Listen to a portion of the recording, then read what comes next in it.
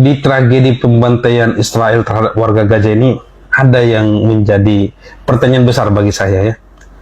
Kenapa umat Kristen di Indonesia ini ya banyak yang malah membela Israel begitu?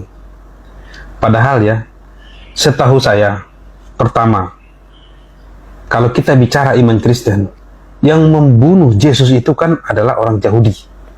Itu yang pertama. Yang kedua, kita juga tahu orang Yahudi itu menganggap agama Kristen itu adalah agama pagan atau penyembah berhala begitu. Jadi semua simbol-simbol yang berhubungan dengan kekristenan itu sama orang Yahudi itu dianggap menjijikkan. Jadi sering kita bacakan di media bagaimana para peziarah-peziarah Kristen yang datang ke tanah Palestina, khususnya ke Yerusalem, itu diludahi sama orang-orang Yahudi di sana. Ya, pemukim-pemukim Yahudi yang tinggal di tanah Palestina sana itu. Itu yang kedua. Yang ketiga, kita juga tahu yang menjadi korban kebiadaban dan kekejian Israel ini di tanah Palestina sana bukan cuma Muslim Palestina, juga umat Kristen Palestina. Orang Kristen di Palestina itu adalah warga Arab asli, dan mereka Kristen bukan karena mualaf, ya, dalam tanda kutip. Mereka Kristen sejak dulu. Seperti kita tahu kan Kristen itu lahirnya di tanah Palestina. Jadi mereka Kristen sejak awal. Orang Indonesia yang sekarang mendukung Israel belum menjadi beragama Kristen. Mereka sudah Kristen dari dulu, turun-temurun. Dan sekarang mereka itu juga korban kekejian dan kebiadaban daripada Israel. Kalau Kristen di Eropa, misalnya banyak yang mendukung Israel, saya masih bisa paham. Kenapa? Karena kebijakan negara-negara Eropa itu memang mendukung Israel. Ya, bahkan mereka yang menciptakan negara Israel itu, ya, silakan dibaca sejarahnya. Tapi kalau orang Indonesia, ya, umat Kristen Indonesia yang mendukung Israel, saya bingung. Pertama, kebijakan negara kita itu mendukung mutlak Palestina. Kita bahkan tidak punya hubungan diplomatik dengan Israel. Ya, yang kedua, kita juga bekas korban penjajahan dari negara-negara Eropa, sama seperti Palestina sekarang. Jadi artinya harusnya kita bisa merasakan penderitaan yang dirasakan oleh rakyat Palestina. Kalau di Palestina ada pejuang Hamas yang sekarang dicap oleh Eropa sebagai teroris karena berjuang memerdekakan negaranya, kita juga dulu dicap ekstremis oleh Belanda. Para pejuang kita dianggap ekstremis. Mungkin bahasa teroris, karena zaman dulu kan mungkin belum ada kata-kata teroris. Yang kurang lebih sama, karena dianggap menyerang.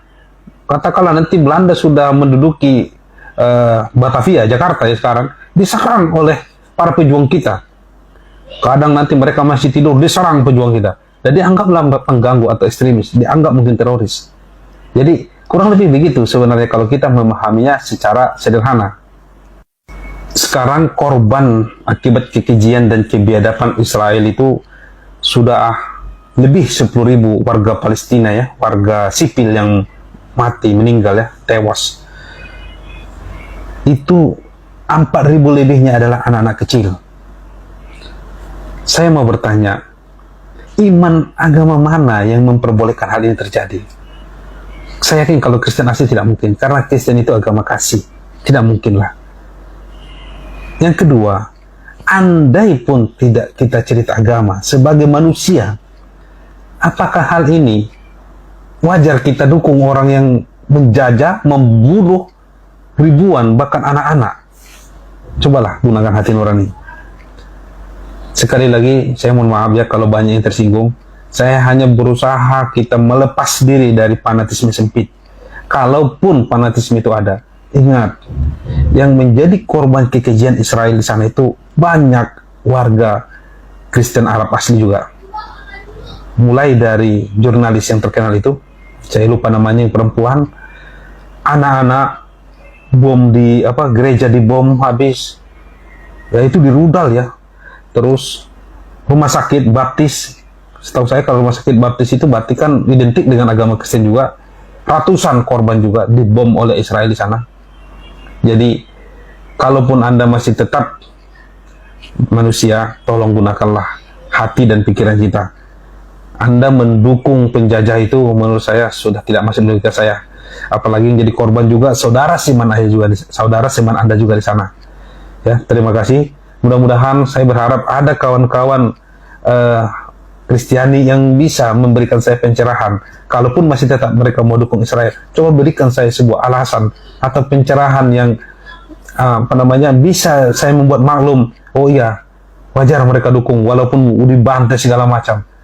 Ya, karena menurut saya ada dua hal aja yang membuat hal ini terjadi.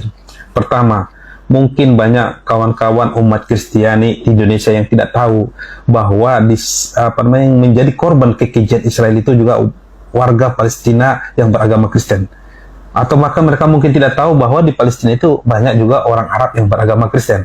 Itu satu. Yang kedua, ini saya mohon maaf sekali lagi, mungkin ada faktor kebencian tersembunyi terhadap agama Islam, terhadap agama mayoritas di Indonesia ini. Jadi hal ini menutup mata hati mereka.